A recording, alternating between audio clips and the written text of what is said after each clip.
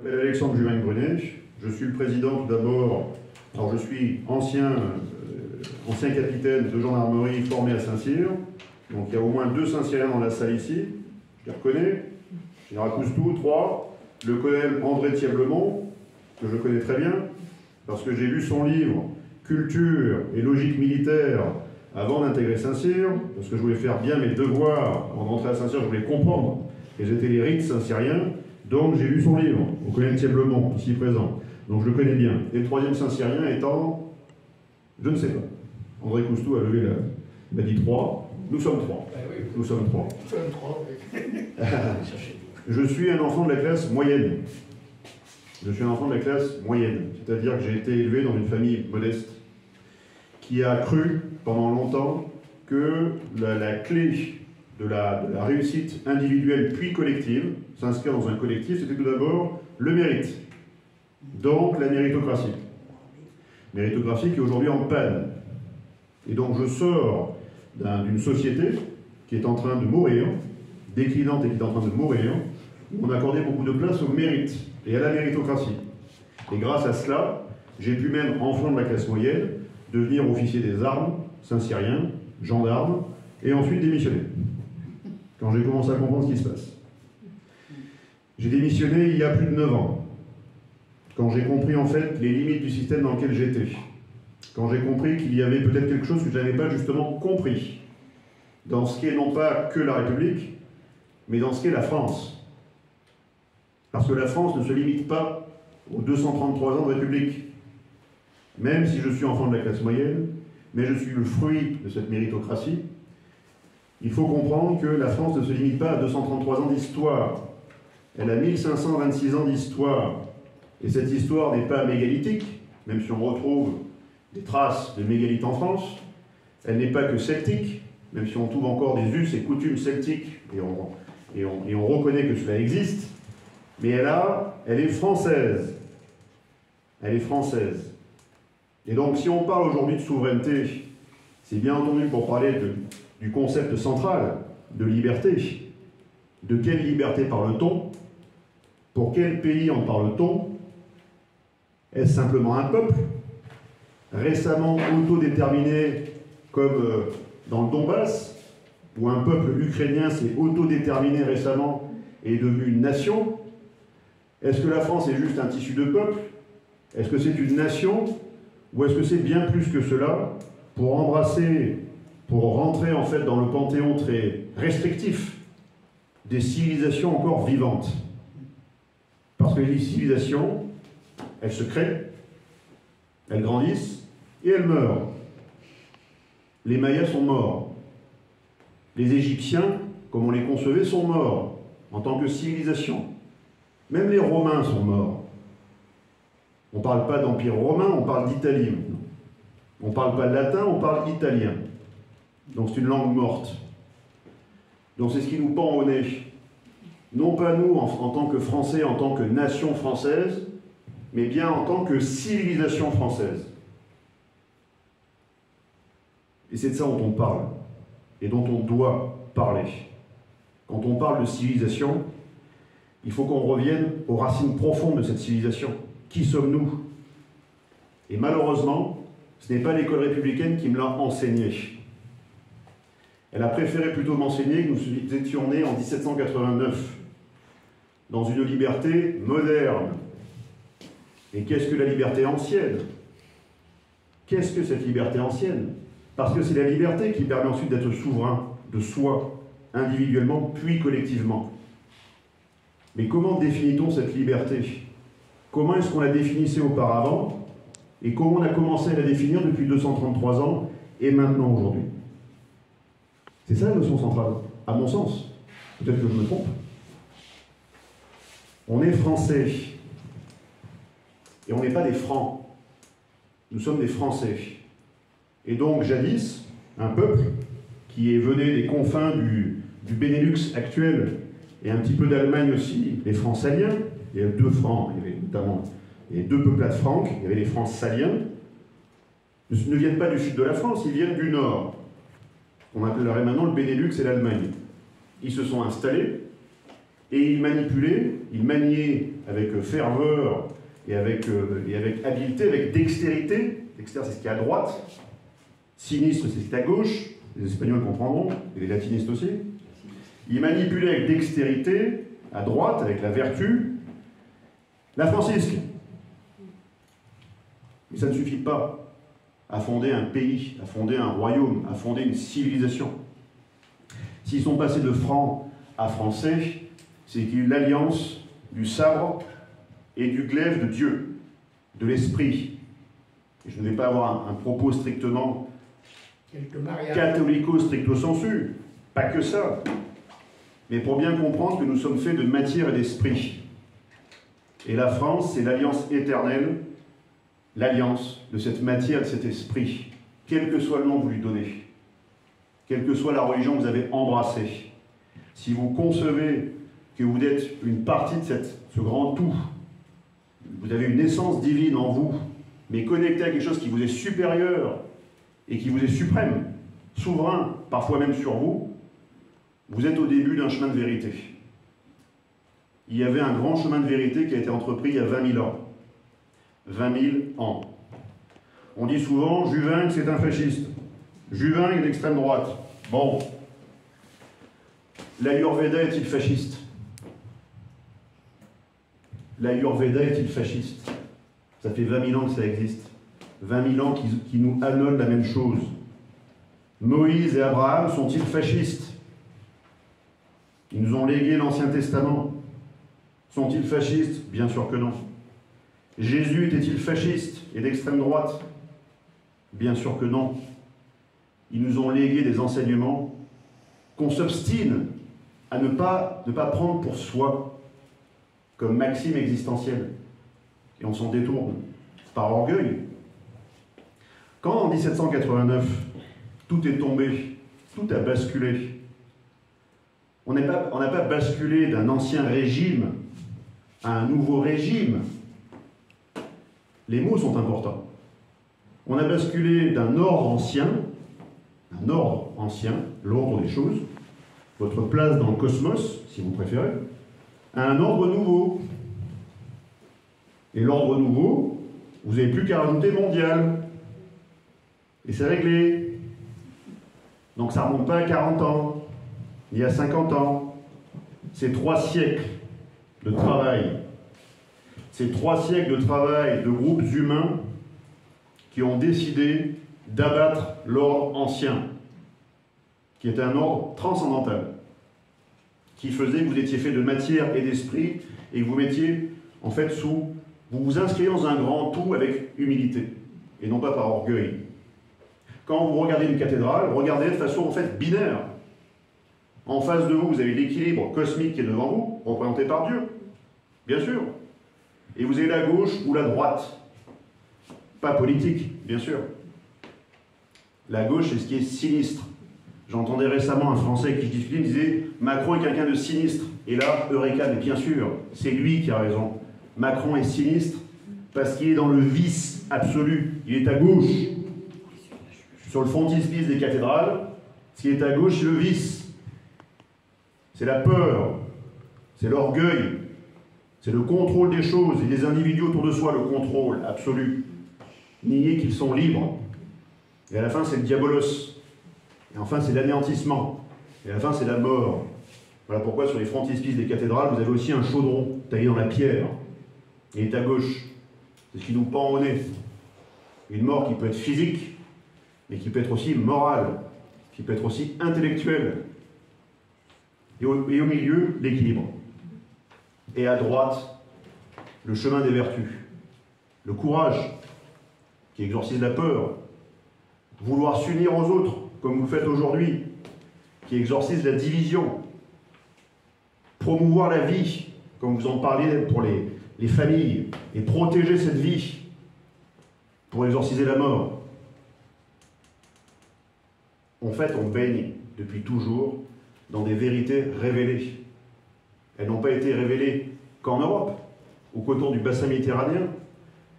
Ça fait plusieurs millénaires que l'humanité les a découvertes progressivement, étape par étape. Et maintenant, on souhaiterait s'en détourner.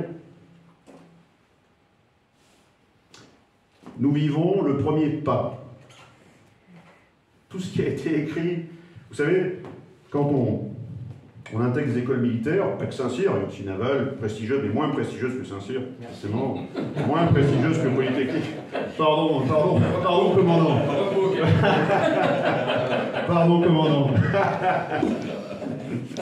J'enrage de voir que Polytechnique, même s'ils sont supérieurement intelligents, défilent avant Saint-Cyr sur les Champs-Élysées. J'enrage.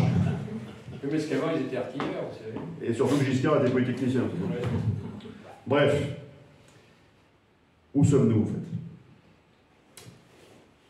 La liberté ancienne postulait que nous étions un dans un grand tout. Très bien. Mais elle postulait surtout qu'on avait des obligations. La liberté ne peut pas se définir sans responsabilité. Et pourquoi je vous parle de liberté? Parce que c'est le premier pas pour ensuite éventuellement être souverain de soi, souverain de son esprit, souverain de son cœur, souverain de son corps, et ensuite souverain dans une globalité de société que l'on crée tous. Il faut démarrer par soi. Le général Cousteau parlait de la Corée du Nord, des dictatures. C'est ce qui nous pend au nez actuellement en France. Et pourquoi? Parce qu'on ne postule plus la liberté individuelle, on postule d'abord la liberté collective. Et oui, c'est collectivement que vous êtes libre. C'est pas d'abord individuellement. Non, non. Ça commence par vous, et par vous, et par vous. Et c'est parce que vous êtes libre, puis souverain, qu'ensuite on peut s'unir et faire quelque chose ensemble, vertueusement. Si on vous impose une liberté, c'est la République populaire de Corée du Nord, ou de Chine, ou la République iranienne, différentes choses, qui sont des républiques. Donc pourquoi êtes-vous tant attaché à la notion de république? Vu que c'est un terme qui peut être utilisé dans différentes acceptions, contextes. Moi, ce qui m'intéresse, c'est la France. Qu'elle soit royaliste, bonapartiste ou républicaine, j'ai envie de vous dire, peu importe. Et par contre, qu'elle soit recentrée sur son ontologie première, de France. Et quand on est devenu français en 496, le 25 décembre, par le baptême de Clovis, qui politiquement et intelligemment a fait l'alliance de la francisque, brutale, victorieuse, mais limitée dans le temps, avec les forces de l'esprit, et surtout pas le diktat, mais l'obligation de respecter les forces de l'esprit, ce qu'elles nous demandent de faire, le chemin de vice ou le chemin de vertu et l'équilibre cosmique qui est au milieu, c'est avec ça qu'on fonde les grands royaumes, les grandes nations, qui deviennent un jour grandes civilisations. Combien actuellement de civilisations sur Terre? Moins de 5. 4, peut-être. La chinoise? Manifestement. L'indienne? Manifestement. La turque? Très probablement aussi, elle accuse plus de 1000 ans d'histoire, elle aussi. Et la française? Point barre. Point barre. Il y a peut-être 4 civilisations sur Terre, actuellement, qui accusent plus de 1000 ans d'histoire. Pas 5. Les autres sont mortes. Leur histoire s'est arrêtée. Leurs coutumes n'ont pas été transmises. Leurs savoirs n'ont pas été transmis. Leur art de vivre n'a pas été transmis. Leur langue n'a pas été transmise. Nous sommes 4. Donc si on parle de civilisation, parlons-en. Sérieusement. Si on parle de liberté et de souveraineté, parlons-en. J'ai fait partie des services de renseignement à une époque, pas si lointaine. Les services de renseignement ont 6 missions. 5 missions. Pardon, 5 missions. Ils sont 6 services de renseignement en France, ils ont 5 missions. D'accord?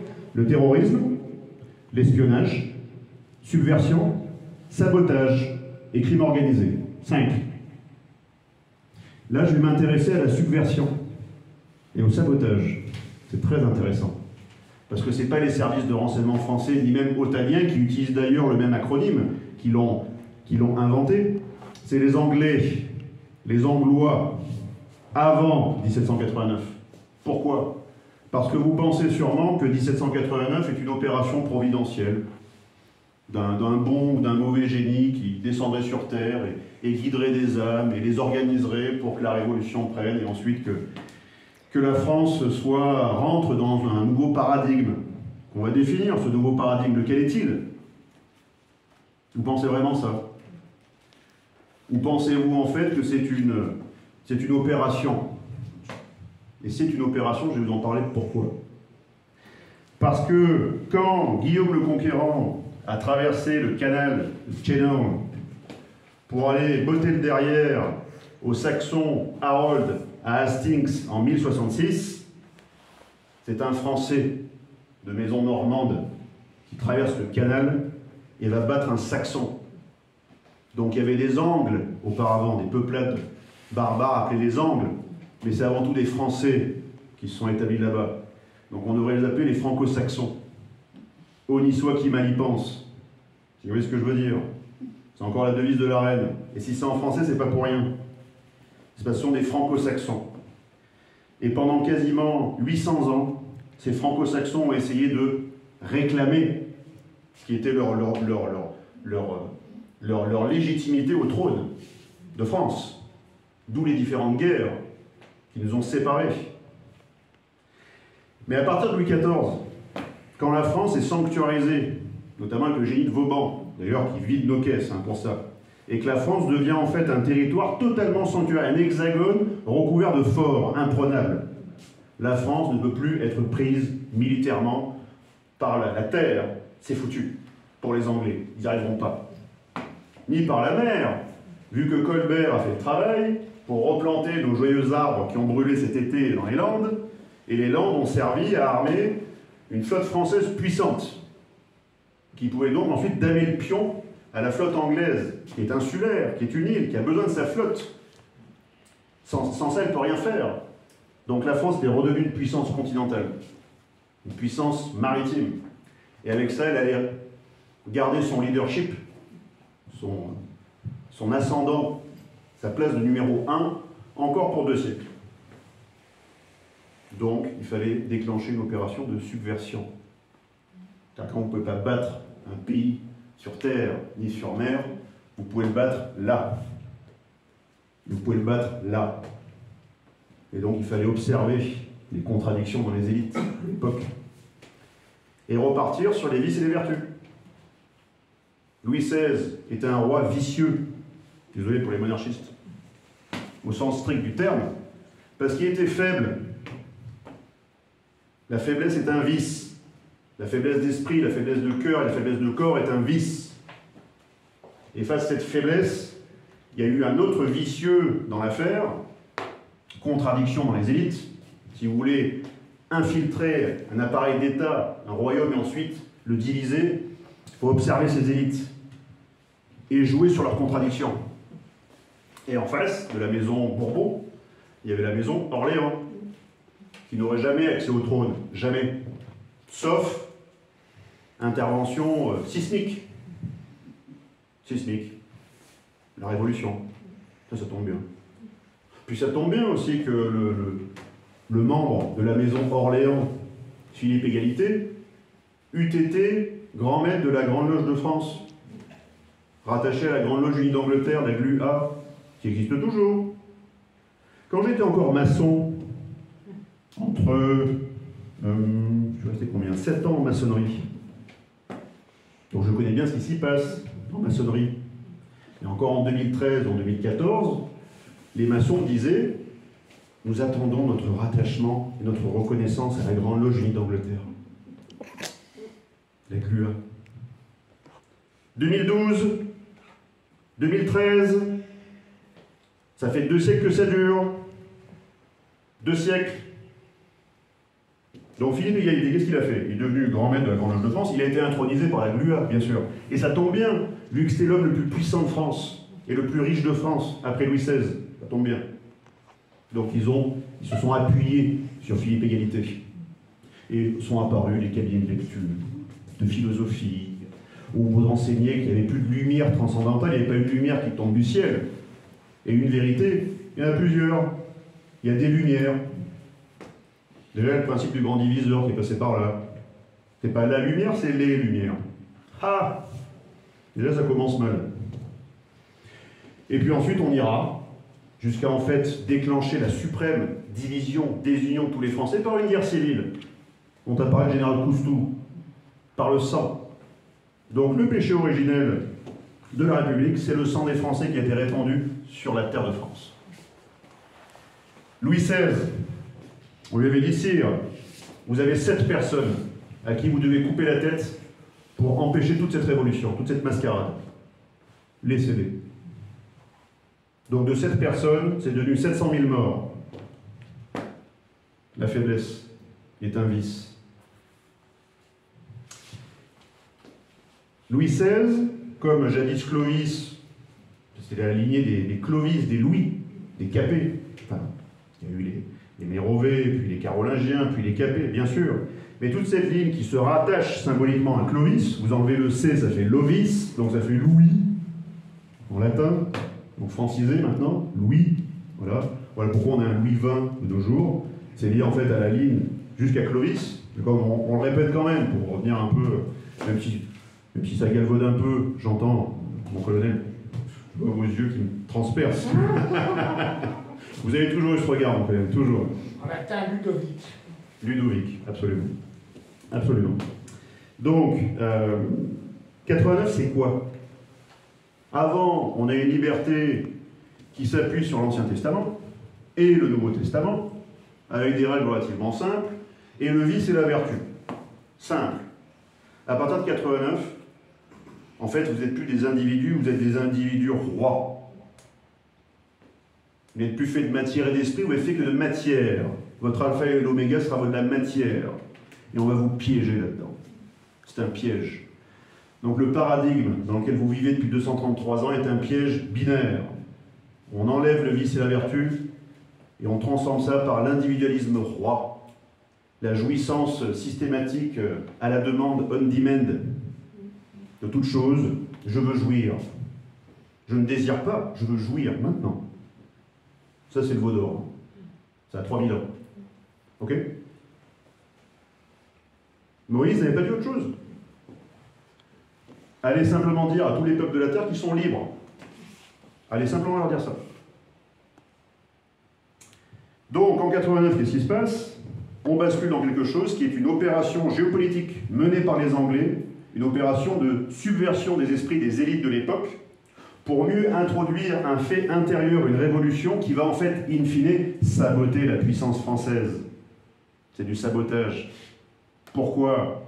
Parce que si on est divisé, si on est désuni, si on se tape sur la gueule en permanence, qu'on n'est pas là à cultiver son champ, ni avoir des idées industrielles géniales, on laisse d'autres, pendant ce temps-là, eux, croître dans l'union. Et voilà pourquoi on était numéro 1 au XVIIIe siècle, et bizarrement on est devenu numéro 2 au XIXe siècle, qui est devenue l'époque victorienne. Mais Victoria, toute gentille qu'elle est, Victoria, elle ne serait rien s'il n'y avait pas eu en fait le roi qui n'avait pas été trucidé en fait, en 1791. Pourquoi? Parce qu'on aurait gardé notre union. On n'aurait pas été désunis comme on l'a été. Quand ils ont coupé le corps du roi en deux, c'est un fait politique, philosophique et religieux. Parce que le roi, le corps du roi, c'était l'alliance éternelle entre ce qu'il y a au-dessus et en dessous. Comme l'étaient d'ailleurs les empereurs chinois. C'est pas autre chose. Le ciel et la terre. Pas autre chose. Pourquoi le roi était le lieutenant, alors chez nous de Christ, et ailleurs lieutenant des forces de l'esprit? Parce qu'il devait garantir que cet équilibre de ces lois, de la vie et de la mort, soit respecté. La mort, la vie sont consubstantielles avec l'équilibre qui est au milieu. Il ne faut pas trop de vices. Il faut que ce soit compensé par autant de vertus. Et on reste dans l'équilibre. Il était le garant juste de ça, c'est tout. C'était un garant moral. Et on l'a coupé en deux. Pour bien montrer en fait qu'il n'y avait plus d'horizontalité et de verticalité. La verticalité, on la coupe. Normalement, vous serez tous dans l'horizontalité. Dans le piège faussement égalitaire de tous devant la loi. L'égalité de tous devant la loi. L'égalité de tous devant le fric. Et devant l'égalité de tous devant les réseaux maçonniques, dont j'ai fait partie. Liberté mensongère, égalité factice, fraternité impossible. Sauf qu'en manifestant, cette fraternité, vous l'avez retrouvée tout seul. Alors vous n'étiez pas libre, vous n'étiez pas égaux, mais vous l'avez retrouvée tout seul, cette fraternité. Parce qu'être frère et sœur, en fait, n'appartient pas à ce paradigme. C'est quelque chose qui le dépasse. Donc la fraternité est possible. Et pas forcément dans ce triptyque-là. Donc quand la liberté, l'égalité et la fraternité ont été posées en 1789 comme notre nouveau paradigme sociétal, on a bien évacué la vérité. On pouvait se mentir les uns les autres.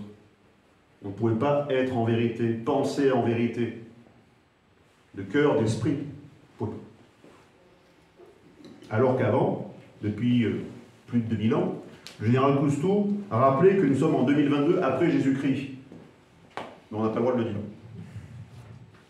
Les taoïstes, ils ont leur calendrier. Les juifs ont leur calendrier. Les musulmans ont leur calendrier. Et nous, on n'aurait pas le droit d'avoir un calendrier. Vous rigolez, j'espère. Est-ce que vous voyez cette perfide manipulation? Perfidesse contre la confiance.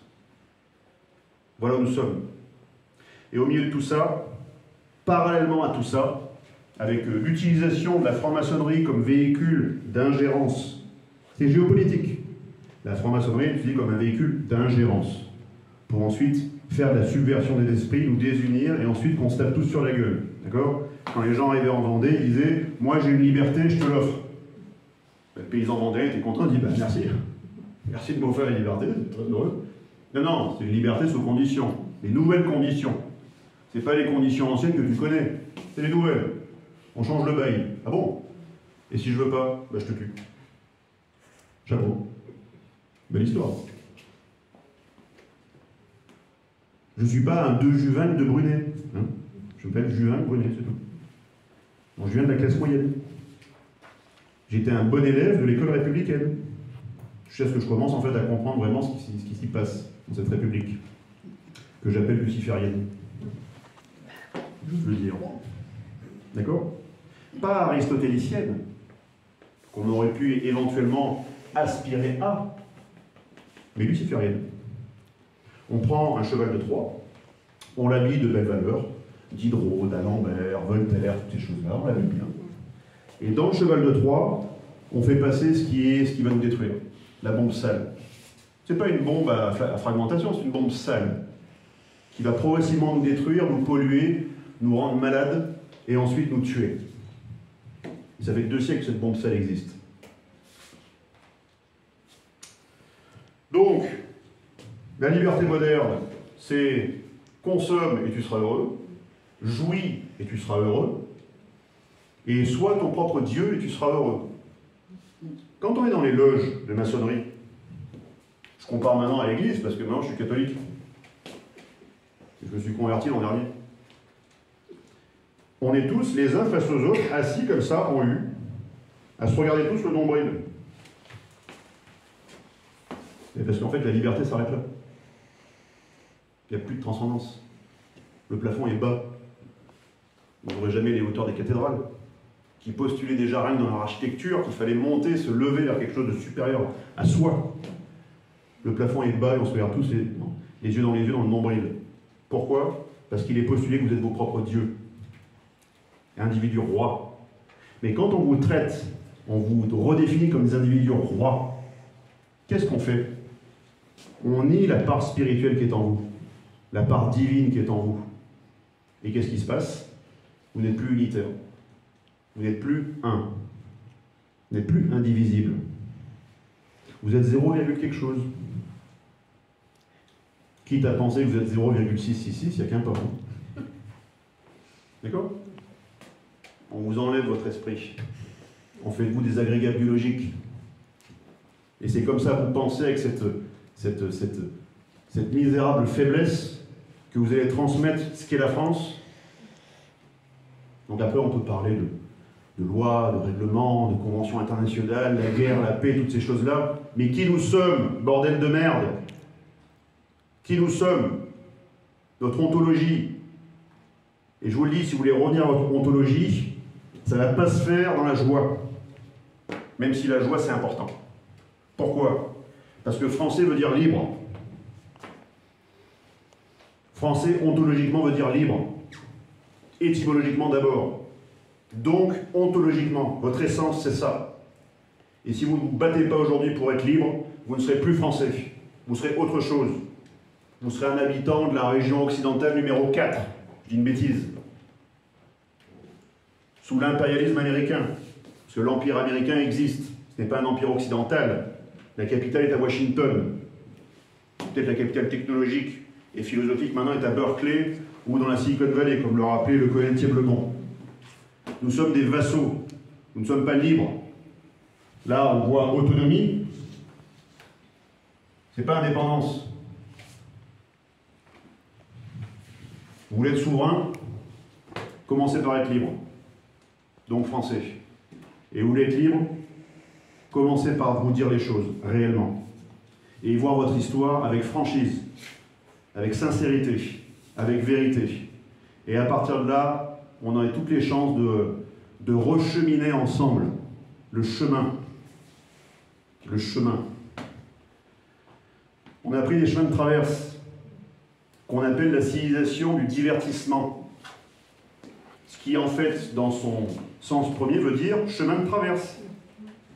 Divertissement. Divers.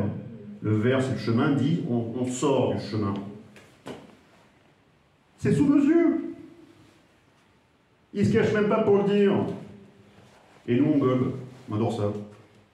On s'alimente de leur prêt-à-penser, de leur prêt-à-voter, de leur prêt à croire. Croyez ceci, croyez cela. Très bien.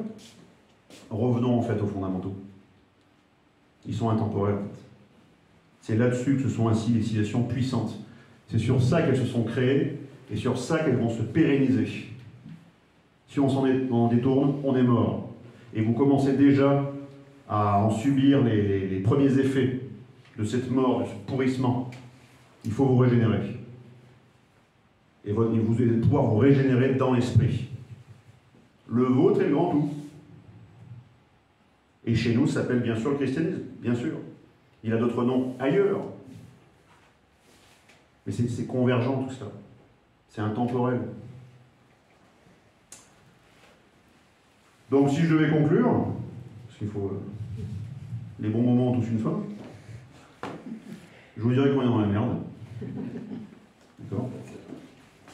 On a les deux pieds dedans, et on continue à chanter la Marseillaise, que j'ai chantée à gorge déployée pendant des années. J'ai monté le drapeau pendant des années. J'étais le premier à être fier de descendre les Champs-Élysées avec mon uniforme. J'étais fier d'appartenir à cette grande nation, cette grande civilisation.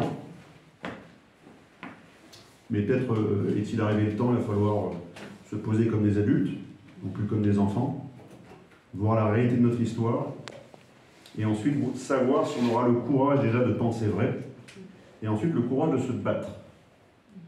Pourquoi allons-nous nous battre? Pourquoi? Pour un petit lopin de terre? Pour transmettre ça à ses enfants? Oui, c'est noble. Oui, c'est digne. Oui, c'est vertueux. Oui. Mais qu'est-ce qui sous-tend tout ça? Posez-vous la question. Vous êtes vos propres juges de vos vies. Mais ne pensez pas qu'il n'y ait qu'une justice naturelle et terrestre. Je crois en la justice immanente. Je crois en Dieu et je suis à son service. Je suis à son service et à nul autre. Et si Dieu me demande d'être au service de la France et de son peuple, je serai au service de la France et de son peuple. Pas des francs-maçonneries, pas de l'État profond, pas du diabolos qui est masqué derrière tout ça, le grand diviseur. Voilà ce en quoi je crois, et voilà ce pourquoi je veux me battre. Pourquoi vous battrez-vous demain? La question vous est posée, mais je n'ai pas la réponse. Votre réponse, elle est en vous. Merci. Merci. Bravo. Est-ce qu'il y a des questions dans la salle? Oui. Est-ce qu'il y a des questions aussi sur le Jitsi? Il faudra demander à On va faire one-one, hein. On va faire une question dans la salle. Une question salle, une question.